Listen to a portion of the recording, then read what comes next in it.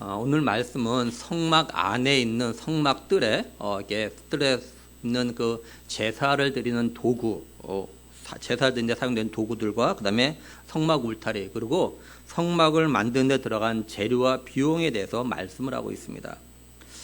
우리 다시 이렇게 성막 구조를 좀 보면 이렇게 되어져 있죠. 성막 입구를 중심으로 보면은 성막 입구가 동쪽으로 열려 있습니다. 그리고 이제 들어오면 성막 뜰이 있고 뜰에 번제단과 물두멍이 있어요. 그 다음에 이제 성소가 있죠. 성소 안에 진설병 상이 있고 등잔대가 있고 그 다음에 분향단이 있습니다. 그 다음에 휘장이 있고 그 안에가 이제 지성소예요. 지성소에는 언약궤와 속죄소 이렇게 되어져 있죠. 그렇죠? 네. 이제 오늘 말씀에는 저 성막들에 있는 번제단과 물두멍 그리고 성막을 둘러싸고 있는 그 뜰에 대한 이렇게 울타리에 대한 어떤 그걸 갖다가 이제 말씀해 줍니다. 근데 오늘 말씀에 나오는 성막들에 있는 제사 도구에 사용되는 재료들이 있다면 제사 드리는 도구를 만드는 재료의 특징이 있다면 이거는 금이 하나도 들어가지 않아요.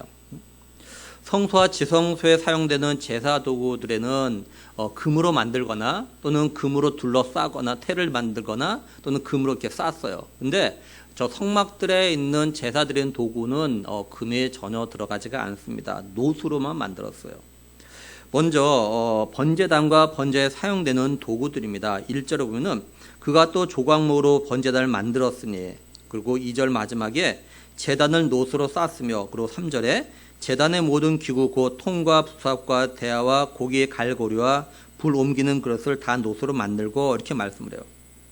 이처럼 번제단과 번제를 드리는 데 사용되는 도구들을 갖다가 노수로 만든 이유는 이제 그 뜨거운 불의 열기를 갖다 잘 견뎌야 하기 때문에 이렇게 노수로 만든 겁니다.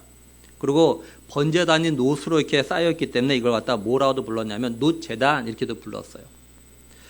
반면에 성소에 있는 향을 피우는 분향단은 금으로 쌓였기 때문에 이걸 갖다 뭐라고도 불렀냐면 금제단 이렇게도 불렀습니다. 그리고 랍비 문헌에 보면요, 이게 금으로 쌓인 이 분향단을 갖다 뭐라고 했냐면 안에 있는 제단, 안제단 이렇게 말했고, 그 다음에 노수로 된 이 번제단은 갖다가 밖에 있다고 해서 바트제단, 바크제단 이렇게 불러요. 그래서 분향단은 성소 안에 있는 거기 때문에 제사장만이 이게 들어갈 수 있죠. 근데 이 번제단은 성소 바깥에 있기 때문에 누구나 쉽게 이 번제단에 가까이 갈 수가 있습니다. 이 번제단이 어떤 곳이냐면 하나님께 속죄 제물과 또한 감사 예물을 드리는 곳이 이 번제단입니다. 하나님께 속죄와 감사의 예물을 드리기 위해서 이곳에서 희생 제물을 갖다가 잡았어요. 이 번제단이란 말은 번제라는 단어와 제단, 단이라는 단어가 합쳐진 겁니다. 이 번제라는 말이 뭐냐면 제물을 갖다 불태운다 그런 말이 태우는 거. 그리고 이 제단이 어떤 단어에서 나온 거냐면요. 어떤 뜻의 단어에서 나온 거냐면 희생시키다, 죽이다라는 단어에서 나온 것이 단입니다. 제단이에요. 그러니까 번제단은 뭐냐면 짐승을 잡아서 죽여가지고 다시 말해서 희생시켜서 불로 태우는 것이 번제단입니다. 그래서 번제단은요, 하나님께 죄를 용서해달라고 희생 제물로 잡아 죽인 짐승을 불태워서 속죄 제물로 드리는 곳이에요. 그래서 이 번제단 위에 태움을 당하는 희생 제물이 의미하는 게 뭐냐면 우리의 죄를 용서해달라고 십자가에 달려서 피 흘려 죽으실 희생 제물이 되실 예수 그리스도를 갖다가 상징하는 겁니다. 그리고 번제단은 예수님께서 우리의 죄를 대신해서 죽으실 십자가를 갖다 의미해요. 근데 우리가 좀 주목해야 될 거는 이 번제단이요, 성막에서 어디에 위치하고 있냐라는 겁니다. 다시 말씀드리면 성막을 갖다 크게 세수고 나면 성막들, 성소, 지성소 이렇게 나누는데 이 번제단이요, 성막들에 있어요. 성막들. 성막 입구를 보면은 성막들에 제일 먼저 있고 또한 성막들에서 제일 먼저 이 번제단이 위치해 있습니다. 그리고 이 성막들에는요, 누구나 들어갈 수가 있어요. 그래서 번제단에도 누구나 가까이 갈 수가 있습니다. 다시 말해서 자신이 지은 죄에 대해서 속죄를 드리고 싶은 사람은요, 누구든지 번제단에 가까이 갈 수가 있어요. 그렇다면 이 번제단이처럼 성막들에 있고 누구나 들어갈 수 있는 성막들에 있고 또 누구나 가까이 갈 수 있다라는 게 이게 뭘 의미하는 걸까요? 이건 결국 뭐냐면 누구든지, 다시 말해서 자신이 지은 죄에 대해서 속죄함을 받고 싶은 사람들은 언제든지 예수님의 십자가 앞에 나올 수 있다는 것을 갖다 말해주는 거예요. 이게 누구든지 언제든지 하나님 앞에 나와서 자신들의 지은 죄에 대해서 속죄를 갖다 구할 수 있다라는 겁니다. 오늘 우리들은 우리 자신들의 지은 죄를 갖다 깨닫고 예수님의 십자가 앞에 나와서 자신의 죄를 위해서 십자가에서 대신 피 흘려 속죄제물, 희생제물이 대신 예수님의 십자가의 은혜를 갖다가 구할 수 있다라는 거죠. 다시 말해서 오늘 우리들은 언제든지 우리가 지은 죄에 대해서 예수님의 십자가의 은혜를 갖다가 덧입어서 하나님께 용서를 구하는 그런 회개를 갖다가 할 수 있다는 거예요. 근데 구약시대에는 이런 속죄제사도 제사장을 통해서 했어요. 근데 지금은 우리 스스로가 할 수 있게 됐죠. 왜냐하면 예수님께서 십자가에서 자신의 몸을 통해서 하나님께 나아갈 수 있는 그런 길을 갖다 열어놓으셨기 때문에 그래요. 그리고 우리를 갖다가 왕같은 제사장으로 삼아주셨기 때문에 우리들이 우리의 죄를 직접 하나님께 가지고 나와서 다른 속죄 제물을 갖다 드릴 필요 없이 오직 예수님의 십자가의 공로를 갖다 의지해서 용서를 갖다가 구할 수 있게 된 겁니다. 그러니까 우리들은 우리의 죄를 생각하고 회개할 때마다 우리의 죄를 위해서 십자가에서 속죄 제물이 되어주신 그 예수님의 십자가의 은혜를 갖다 늘 기억하고 감사하면서 살아가야 한다라는 거죠. 근데 이 번제단에도요 뿔이 있었습니다. 2절에 보면요, 그 내 모퉁이 위에 그 뿔을 만들되 그 뿔을 제단과 연결하게 하고 이렇게 말씀을 해요. 분향단에도 분명히 뿔이 있었어요, 그죠? 분향단에도. 그래서 분향단이 의미하는 건 기도라고 말씀드렸죠. 그래서 뿔은 분향단이나 또는 이 번제단이나 뿔이 가지고 있는 의미는 능력, 힘을 말해요. 분향단에 있는 뿔은 기도의 능력, 힘을 말한다고 그랬고, 이제 이 번제단의 뿔은 하나님의 능력과 힘을 갖다 상징하는 거예요. 그래서 어떤 일이 있냐면 죄를 지은 자들이 이 번제단의 뿔을 잡는 그런 일이 있어요. 보면. 자, 저기 번제단입니다. 자, 번제단이고 뿔이 절표에 이렇게 나와 있어요. 이렇게.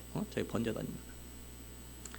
열왕기상 1장 50절 51절 보면요, 아도니아도 솔로몬을 두려워하여 일어나 가서 제단 뿔을 잡으니 어떤 사람이 솔로몬에게 말하여 이르되 아도니아가 솔로몬 왕을 두려워하여 지금 제단 뿔을 잡고 말하기를 솔로몬 왕이 오늘 칼로 자기 종을 죽이지 않겠다고 내게 맹세하기를 원하나이다 하나이다 이렇게 말씀을 해요. 아도니아가 누구냐면 솔로몬의 이복형이에요. 근데 이 아도니아가 자기가 스스로 왕이 되려고 했는데 이걸 알고 다윗이 솔로몬을 갖다 왕으로 세웁니다. 그러자 아도니아가 이 솔로몬을 두려워해가지고 이제 성막 뜰에 있는 번제단의 뿔을 잡고 이야기한 거예요. 뿔을. 또 열왕기상 2장 28절에 보면요, 그 소문이 요압에게 들림에 그가 여호와의 장막으로 도망하여 제단 뿔을 잡으니 이는 그가 다윗을 떠나 압살롬을 따르지 아니하였으나 아도니아를 따름이었더라 이렇게 말씀을 해요. 요압이 누구냐면 다윗을 도와가지고 이스라엘이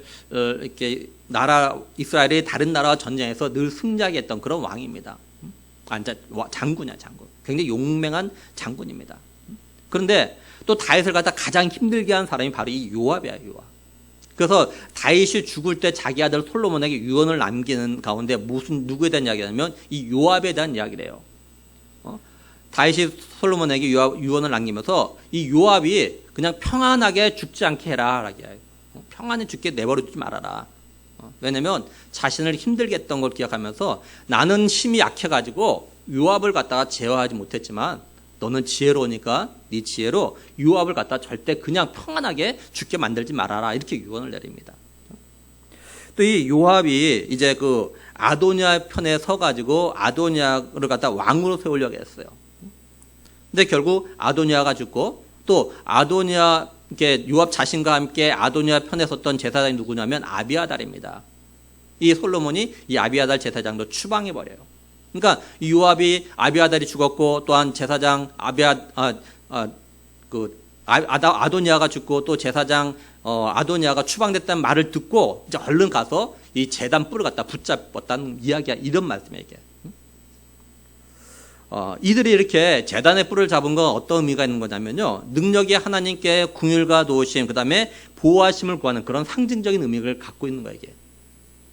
한마디로 이 번제단의 뿔이 어떤 역할을 하는 거냐면 도피성과 같은 죄인이 피할 수 있는 곳이 번제단이었어요. 그래서 이 아도니아와 요압이 자신들의 죄가 솔로몬부터 용서받지 못할 죄라는 걸 알고 하나님께 도움을 구하기 위해서 성막 성막 뜰에 있는 이 번제단의 뿔을 붙잡았던 그런 겁니다. 이게. 다음으로 이제 물두멍을 만듭니다. 8절에 보면요. 그가 노소로 물두멍을 만들고 그 받침도 노소로 하였으니 그 회막문에서 수종도는 여인들의 거울로 만들었더라 이렇게 말씀을 해요. 이 물두멍을 만드는 것에 대해서 좀 더 자세하게 어디에서 말씀하고 있냐면 출애굽기 30장 17절에서 21절은 더 자세하게 말씀하고 있어요.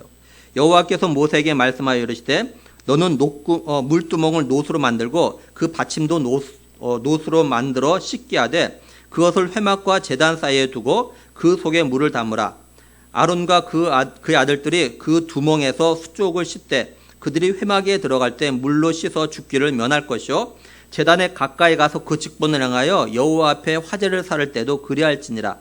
이와 같이 그들이 그 수족을 씻어 죽기를 면할지니 이는 그와 그의 자손이 대대로 영원히 지킬 규례니라 이렇게 말씀을 해요.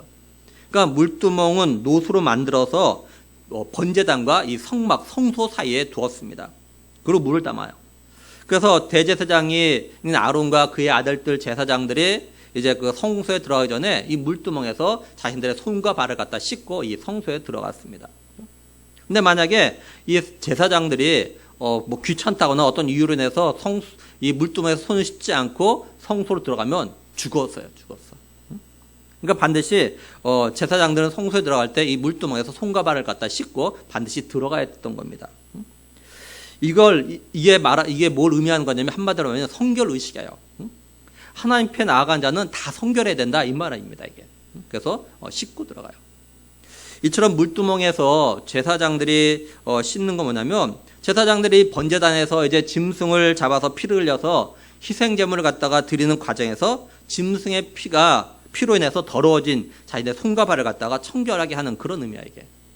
근데 이 물두멍에서 씻는 이 의미가 손발을 씻는 그 의미가 있어요 이게. 그냥 더러운 걸 씻는 단순한 그런 의미가 아니에요. 손과 발을 갖다 정결하게 함으로 해서 몸과 마음을 갖다가 하나님 앞에서 성결하게 한다라는 것을 갖다 보여주는 그런 상징적인 의미가 있는 겁니다. 다른 말로 하면 무슨 일이 있어도 더러워진 죄를 갖다가 그대로 가지고 하나님 앞에 나가면 안 된다 이걸 갖다 말해주는 거예요. 만약에 죄를 그대로 가지고 나가면 제사장에도 죽게 된다는 거죠. 그래서 출애굽기 30장 17절에서 21절 잘 보면요. 죽는다라는 말이 2번 반복해서 나오고 있어요. 그러니까 거룩하신 하나님께 나올 때는 항상 정결한 모습으로 나와야 한다는 겁니다. 그가 누구도 제사장도. 그렇다면 우리들이 하나님 앞에 나오기 위해서 어떻게 하면 정결해질 수 있을까요? 다시 말해서 우리의 더러운 죄를 어떻게 해야 깨끗하게 씻을 수 있을까라는 겁니다. 예레미야 2장 22절 보면요. 주 여호와의 말씀이니라 네가 잿물로 스스로 씻으며 네가 많은 비누를 쓸지라도 내 죄악이 내 앞에 그대로 있으리니 이렇게 말씀을 해요. 하나님께서 이스라엘 백성들을 향해서 뭐라고 하냐면 너희들이 잿물이나 또는 많은 비누로 사용해가지고 너희들의 죄를 갖다 씻으려고 아무리 노력해도 너희들의 죄는 그냥 내 앞에 그대로 있다 이렇게 말씀을 해요. 그렇죠? 그러니까 우리 사람의 방법으로 아무리 죄를 씻어도 하나님 앞에서는 그 죄가 그대로 있다는 겁니다. 제가 인터넷에서 잿물을 갖다 검색하니까 잿물에 대해서 이렇게 되어져 있더라고요. 잿물의 주성분이 탄산칼륨인데 물 속에서 분해되어 가지고 알칼리성을 갖다 바뀌어 가지고 세탁 효과가 있대요. 이처럼 세탁 효과가 있는 어떤 이렇게 잿물을 사용해도 비누로 아무리 씻어도 우리의 죄를 갖다가 깨끗하게 할 수 없다는 거예요. 그렇죠? 인간적인 방법을 다 동원해도 우리의 죄를 갖다가 어떻게 씻어낼 방법이 없다는 거예요. 비록 사람들이 볼 때는 깨끗해 보일지 모르지만 하나님 앞에서는 하나님 그대로 죄가 있다는 겁니다. 그럼 우리의 죄는 우리의 죄는 이렇게 잿물이나 많은 비누를 사용해도 왜 깨끗하게 할 수 없는 걸까요? 우리의 죄는 왜 하나님 앞에 그러면 그대로 있는 걸까요? 예레미야 17장 1절 보면요. 유다의 죄는 금강석 끝 철필로 기록되되 그들의 마음판과 그들의 제단뿔에 새겨졌거늘 이렇게 말씀을 해요. 우리의 죄들은요, 몸 밖에 있는 것이 아니라, 몸 밖에, 그죠? 다시 말해서 우리 눈에 보이는 것이 아니라, 우리의 마음에 있기 때문에, 마음에. 그래서 아무리 잿물로 또 많은 비누를 사용해서 씻으려고 해도 죄가 씻겨지지가 않는 겁니다. 그죠? 그리고 우리의 마음을 하나님께서 우리의 마음을 갖다 살피시기 때문에, 하나님 보실 때는요, 그 죄가 그대로 있는 거예요. 그리고 무엇보다도 우리의 죄들이 마음에 마치 금강석 끝 철필로 기록되었어요. 쉽게 말하면 여러분 우리가 가끔가다 뉴스에서 보지만 문신한 사람들이죠. 문신한 사람들 이 문신을 지우려도 뭐 지울 수가 없대잖아요. 그렇죠? 지금 그런가요? 죄들이 우리 마음에 철핀으로 이렇게 콕콕콕 찍어서 기록되어 있다는 거예요. 이게. 그러니까 아무리 잿물과 많은 비누를 사용해도 이 죄를 갖다 깨끗하게 어떻게 해결할 방법이 없어요. 그렇죠? 따라서 이런 죄를 갖다가 깨끗하게 할 수 있는 방법은 오직 한 가지라는 겁니다. 예수 그리스도의 보혈의 피가 우리의 죄를 씻어야 한다라는 거예요. 그래서 찬송가 252장 1절 가사 보면 나의 죄를 씻기는 예수의 피밖에 없네. 다시 정케하게도 예수의 피밖에 없네. 예수의 흘린 피 날 희게 하오니 귀하고 귀하다 예수의 피밖에 없네. 우리가 이런 찬송을 그래서 부르는 겁니다. 그리고 요한일서 1장 7절에 그 아들 예수의 피가 우리를 모든 죄에서 깨끗하게 하실 것이요 이렇게 말씀을 해요. 다른 것으로 우리가 모든 죄 깨끗해지는 것이 아니라 예수의 피가. 그리고 히브리서 10장 22절 보면요. 우리가 마음의 뿌림을 받아 악한 양심으로부터 벗어나고 몸은 맑은 물로 씻음을 받았으니 참 마음과 온전한 믿음으로 하나님께 나아가자 이렇게 말씀을 해요. 공동번역 개정판은 우리의 마음에 그리스도의 피가 뿌려져서 나쁜 마음씨가 없어지고, 그렇죠? 우리의 마음에 그리스도의 피가 뿌려져서 나쁜 마음씨가 없어지고, 그리스도의 피가 우리의 마음에 뿌려진 건 우리의 죄가 바로 마음에 새겨져 있기 때문에 그래요. 우리의 모든 죄가 마음에서부터 시작되기 때문에 그렇습니다. 예수님이 뭐라고 하셨냐면요. 마태복음 15장 18절에서 20절 보면요. 입에서 나오는 것들은 마음에서 나오느니 이것이야말로 사람을 더럽게 하느니라. 마음에서 나오는 것은 악한 생각과 살인과 간음과 음란과 도둑질과 거짓 증언과 비방이니 이런 것들이 사람을 더럽게 하는 것이요. 씻지 않은 손으로 먹는 것은 사람을 더럽게 하지 못하느니라 이렇게 말씀을 해요. 그렇죠? 마음에서 나오는 것들 이것들이 사실 우리를 더럽혀요. 그렇죠? 우린 자꾸 눈에 보이는 이런 때 뭐 이런 것만 신경 쓰는데 주님 보시면 그것이 아니에요. 그렇죠? 마음의 더러움, 마음의 죄, 그렇죠? 마음. 그렇죠? 그러니까 우리의 죄들이 마음에 이게 새겨져 있어요. 그래서 그리스도의 피가 우리의 마음에 뿌려진 겁니다. 우리의 몸에 뿌린 것이 아니라 마음에. 마음에 이런 죄들은 잿물이나 비누로 아무리 씻어도 씻어낼 수가 없고 오직 예수 그리스도의 보혈의 피로만 깨끗하게 할 수 있다는 거죠. 그래서 그리스도의 피가 우리의 마음에 뿌려진 거예요. 하나님께서는 우리의 마음에 뿌려진 그리스도의 피를 보시고 우리의 마음에 죄가 없다고 인정하시는 겁니다. 그래서 우리로 하여금 마음에 거리낌 없이 담대하게 하나님의 은혜의 보좌 앞에 나올 수 있게 되어진 거예요. 그런데 그리스도의 피가 우리의 마음에 뿌려져서 마음은 깨끗하게 되어졌지만 사실 우리가 일상의 삶을 살아갈 때는 손발로 짓는 그런 죄들이 있잖아요. 우리가 이럴 때는 회개를 통해서 죄를 씻고 깨끗하게 되는 거예요. 예수님이 이걸 갖다 어떻게 표현하셨냐면 요한복음 13장 10절에요.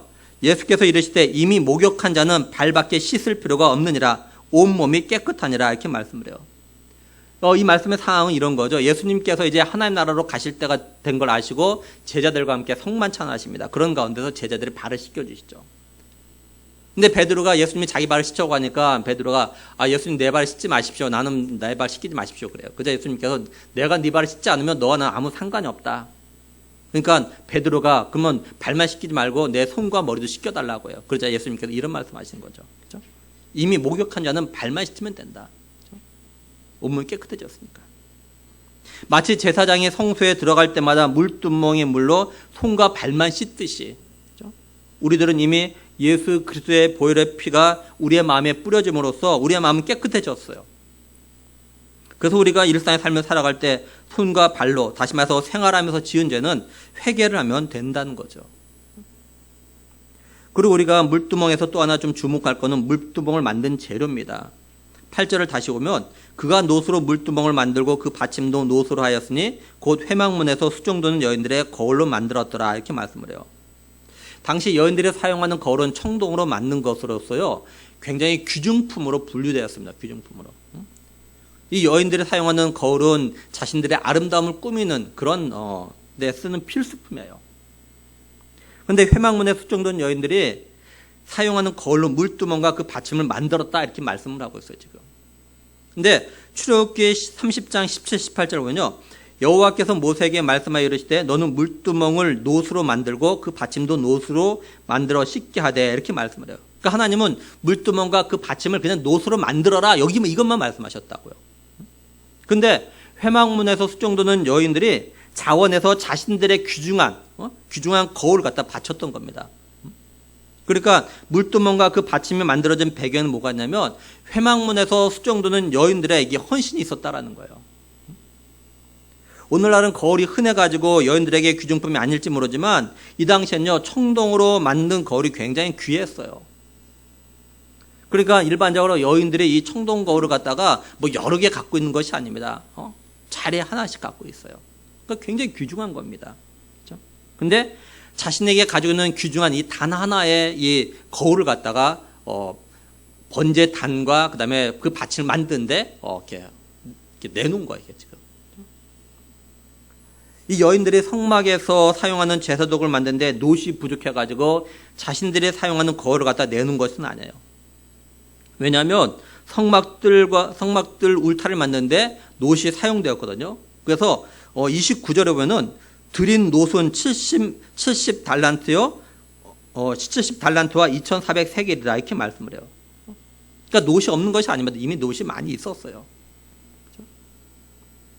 그러니까 이 여인들이 자신들이 사용하는 자신들의 귀중품인 청동거울 갖다 내놓지 않아도 되는 거예요. 다른 노수도 얼마든지 물두멍과 그 받침을 갖다 만들 수 있어요. 그럼에도 이 여인들은 자신들에게 있어서 하나밖에 없는 아주 귀중한 걸 갖다가 성막에서 제사장들이 성소에 들어가기 전에 손과 발을 씻는 물두멍과 그 받침을 만드는데 바쳤던 거죠. 그래서 모세가 물두멍과 그 받침을 만드는데 회막문에서 수정된 여인들의 거울로 만들었다라는 것을 갖다 일부러 지금 기록하고 있는 겁니다. 그렇죠? 이 여인들의 헌신을 갖다 이야기하기 위해서. 이와 비슷한 일이 사실 신약에도 또 하나 있죠. 예수님이 베다니 나병 시몬의 집에서 식사할 때 한 여자가 어떡합니까? 매우 값진 향유, 그죠? 나드 한 옥합을 갖다 깨뜨려서 예수님 머리에 부어요. 이 나드 향유의 가격이 어느 정도냐면 300데나리온이 넘는다라고 되어져 있어요. 그러니까 당시에 노동자들의 하루 품삯이 1데나리온이었으니까 300데나리 넘는다는 건 거의 1년 이렇게 뭐 품삯이에요. 오늘날은 뭐 연봉이라고 볼 수 있겠죠. 그러니까 1년 노동자가 쓰지도 않고 모은 그야만 살 수 있는 것이 이 향유입니다. 나드 향유, 그렇죠? 옥합. 오늘날로 말하면 한 2천만 원이 넘는 거예요, 이게 지금.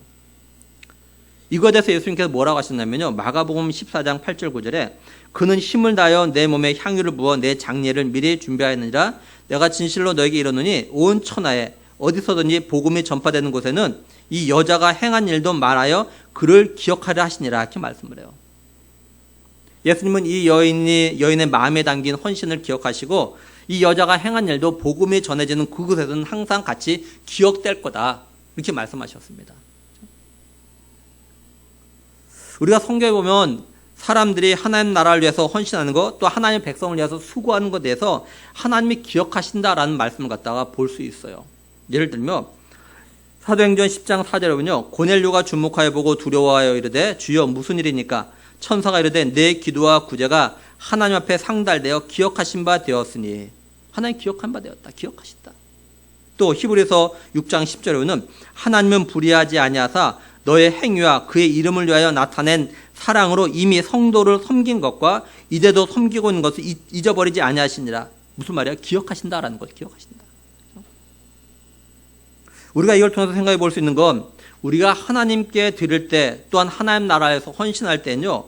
우리 자신들에게 있어서 정말로 귀중한 걸 드리며 헌신하고자 하는 마음을 가져야 한다는 거예요. 다시 말해서 하나님은 우리들이 드리고 헌신하는 모든 걸 기쁘시게 받으신 건 아니라는 겁니다. 진실로 마음을 다해서 정말 우리에게 없어서 안 되는 걸 갖다가 드린다는 생각으로 그런 걸 드릴 때 하나님께서는 그걸 갖다 받으신다는 거예요. 그렇다 이 말이 뭐 귀중품을 드려야 된다 이 말 하는 것이 아니에요. 이 말. 그렇죠? 이걸 또 다른 말로 한다면 내게 나한테 있어도 그만 없어도 그만 이런 걸로 드리는 건 하나님께 기억하지 않으신다는 거예요. 한 예로 말라기 선지자 시대에 보면 어떻냐면 말라기 1장 8절에 만군의 여호와가 이르노라 너희가 눈먼 희생 제물을 바치는 것이 어찌 악하지 아니하며 저는 것 병든 것을 드리는 것이 어찌 악하지 아니하냐. 이제 그것을 너희 총독에게 드려보라. 그가 너를 기뻐하게 했으며 너를 받아주겠느냐. 그리고 13절에 만군의 여호와가 이르노라 너희가 또 말하기를 이 일이 얼마나 번거로운가 하며 코웃음 치고 훔친 물건과 저는 것 병든 것을 가져왔느니라. 너희가 이같이 봉헌물을 가져오니 내가 그것을 너희 손에서 받겠느냐. 이는 여호와의 말이니라. 하나님께서 기억하시고 받으시는 헌신과 충성은 많고 적음이 아니라 또 귀중품이냐 아니냐가 아니에요. 뭘 드리더라도 어떤 마음으로 드리냐 이걸 보시는 거예요. 어떤 마음으로. 잠깐 우리 갖다 좀 돌아오면 좋겠어요. 나는 하나님께 뭔가를 드릴 때 어떻게 드리고 있는가? 또 뭘 드리고 있는가? 그죠? 좀 바라는 건 우리 교회 모든 믿음의 식구들이 하나님께 드릴 때 또 하나님 나라와 교회를 위해서 헌신할 때 하나님이 좀 기억하실 수 있는 걸 갖다가 드리고 헌신하고 충성할 수 있는 그런 성도들이 되었으면 정말로 좋겠습니다. 다음으로 뭘 만드냐면 성막들과 성막들 둘러싼 울타리를 갖다 만들어요. 성막들과 또한 뜰을 둘러싼 울타리를 만드는데 기둥과 받침은 노수로 하고 기둥 갈고리와 가름대는 이제 은을 사용했습니다. 그리고 세마포로 이제 포장을 해요. 성막들 그러니까 성막 입구가 그림을 좀 보면 동쪽으로 나 있습니다. 지금 성막 저게 지금 성막 전체의 모습인데 성막 울타리가 저렇게 되어져 있어요. 그리고 문이 동쪽으로 나 있습니다. 그렇죠? 그래서 이 성막 문이 좀 동쪽으로 이렇게 나 있는데 이제 그 하나님이 임재해 계신 성소에 들어간 입구에 저 동쪽에 문 하나밖에 없어요. 성막 문 하나밖에 없어요. 지금. 그래서 이 문이 뭘 의미하는 거냐면 우리들 다시 말해서 우리 죄인들이 하나님 앞에 나아갈 수 있는 유일한 길이고 문이신 예수 그리스도를 갖다 예표하는 겁니다. 저 문이. 예수님도 자신을 가리켜서 뭐라고 하셨냐면요. 요한복음 14장 6절에서 예수께서 이르시되 내가 곧 길이요 진리요 생명이니 나로 말미암지 않고는 아버지께로 올 자가 없다 이렇게 하셨어요. 여기 나로 말미암지 않고를 갖다 세 번역은 나를 거치지 않고는 이런 말. 나를 거치지 않고는. 그러니까 누구든지 예수님을 거치지 않고는 예수님을 통하지 않고는 하나님께 올 수가 없다는 겁니다. 반드시 예수님을 거쳐야 돼요. 왜요? 딱 하나밖에 없으니까 문이 하나니까. 그리고 요한복음 10장 9절에도 내가 문이니 누구든지 나로 말미암아 들어가면 구원을 받고 또 들어가며 나오며 꼴을 얻으리라 이렇게 말씀해요. 그러니까 오직 예수님을 통해서만 구원을 받을 수 있다는 겁니다. 다른 방법, 다른 길, 다른 문을 통해서는 구원을 받을 수 없다라는 거예요. 그리고 이 문은요 항상 열려 있어서 누구든지 그 문을 통해서 성막들로 들어갈 수가 있어요. 그러니까 예수님이 말씀하신 대로 누구든지 예수님께 올 수 있고 또 누구든지 예수님을 통해서 그죠? 이렇게 하나님께 올 수 있는 다시 말해서 구원을 받을 수 있다는 겁니다. 다른 말로 하면 하나님께서 예수 그리스도로 말미암아 주시는 그 구원의 은혜는 차별이 없다라는 거예요. 누구든지 예수님 앞에 나오면 예수님을 통해서 올 수 있다는 거죠. 이처럼 성막들에 들어오는 문이 예수 그리스도를 갖다 의미하는 거라면 성막들은 뭘 의미하는 걸까요? 성막들을 비롯해서 성막을 둘러싸고 있는 울타리는 뭘 의미하는 걸까요? 다시 말해서 성막이 문이 대신 예수 그리스도를 갖다가 중심으로 해서 보면은 안과 성막 안과 바깥의 차이가 뭘까요? 먼저 성막을 둘러싼 울타리에 난 문을 중심으로 해서 보면 분명한 건 울타리 안에 있는 성막들과 울타리 밖은 구별된다라는 겁니다. 그렇죠?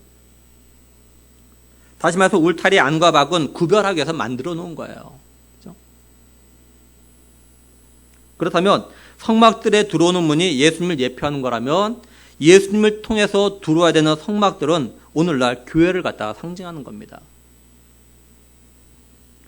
교회는 세상과 구별된 것이죠.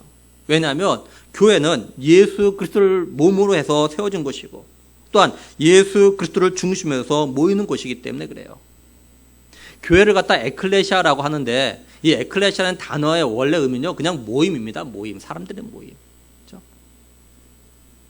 그러니까 모임이 있는데 이 에클레시아가 있는데 이게 누굴 중심으로 했냐라는 거예요. 그렇죠? 누굴 중심으로? 그래서 성경을 잡으면 그리스도 예수 안에 있는 이렇게 표현하는 거예요. 예수 안에 있는 교회.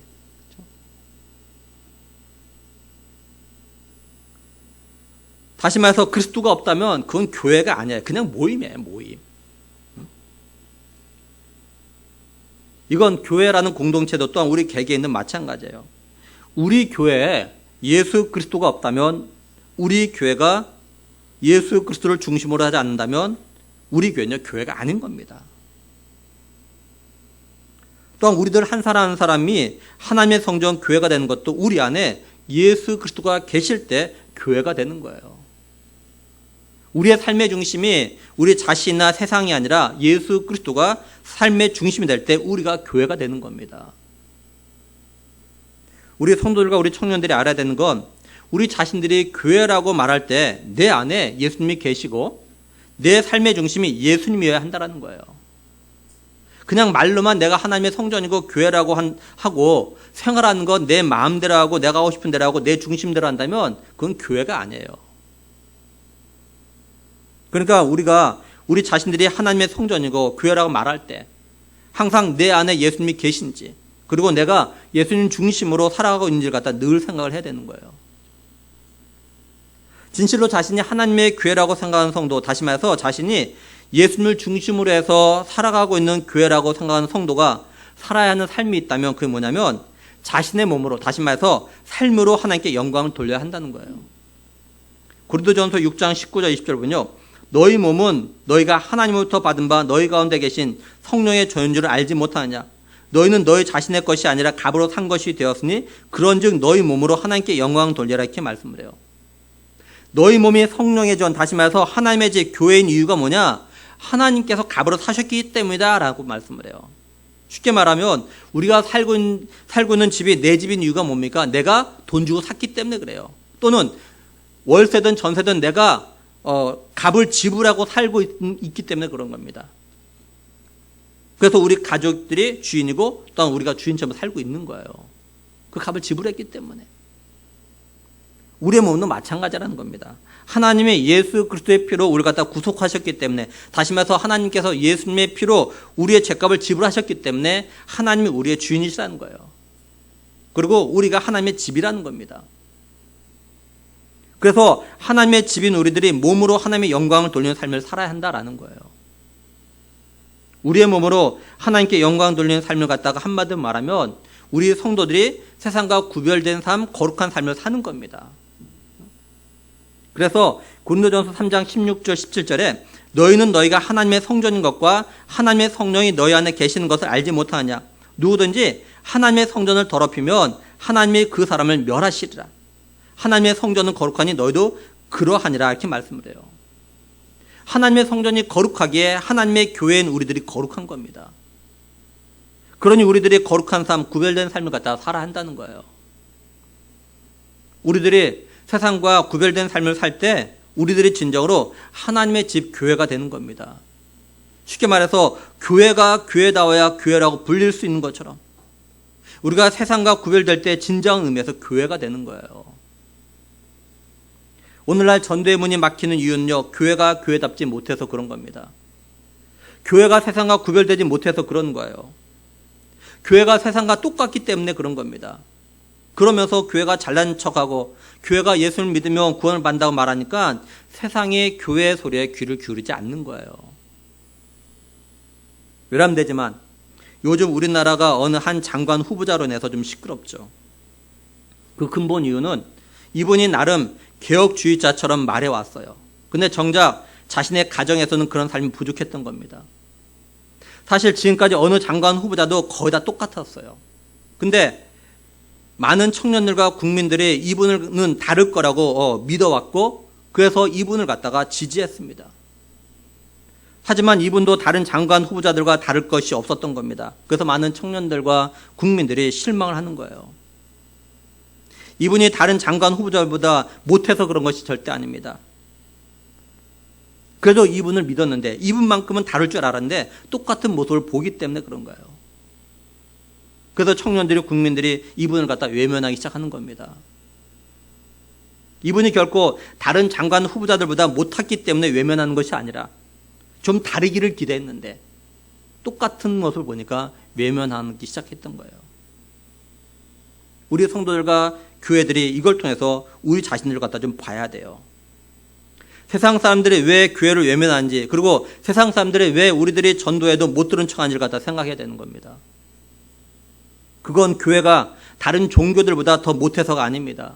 우리 성도들이 세상 사람들보다 더 못해서가 아닙니다.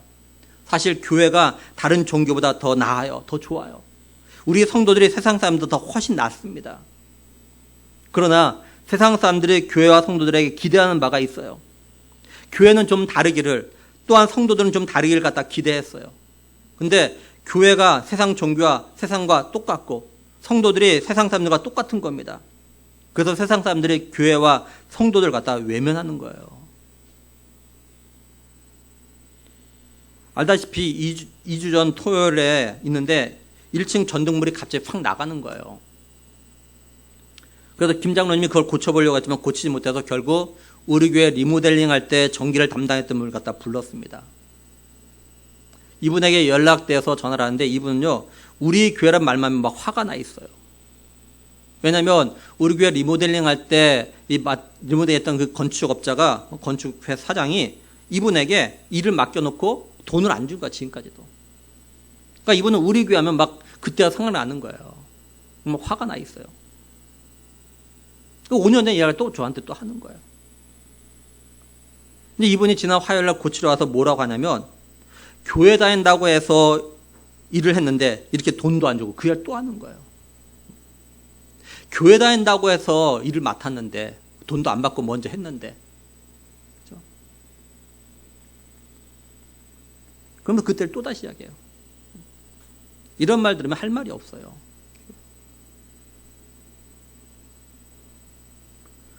그래서 세상 사람들이 자꾸 교회 성도라는 사람들에 대해서 자꾸 외면하기 시작하는 거예요. 그래서 하나님께서도 누구든지 하나님의 성전을 더럽히면 그 사람을 갖다 멸하시겠다, 이렇게까지 말씀하는 거예요. 하나님도 자신이 하나님의 교회라고 하면서 세상에서 거룩함을 갖다 드러내지 못한다면, 구별되지 못한 삶을 산다면 그런 교회, 그런 사람은 외면하시겠다는 겁니다. 그런 사람과 그런 교회는 필요 없다고 하나님 말씀하시는 거예요. 하나님은 교회 공동체가, 또한 우리 성도들이 예수 그리스도를 믿어 예수 그리스도 안에 들어왔으니까 세상 속에서 거룩하고 구별된 삶을 갖다가 살아가기를 갖다 바라고 계신 겁니다. 하나님께서는 하나님 자신의 아들 예수 그리스도의 핏값을 통해서 산 우리들이 하나님의 성전답게, 그리스도의 몸된 교회답게 살아감을 통해서 하나님의 영광을 갖다가 드러내기를 갖다가 원하고 계신 거예요.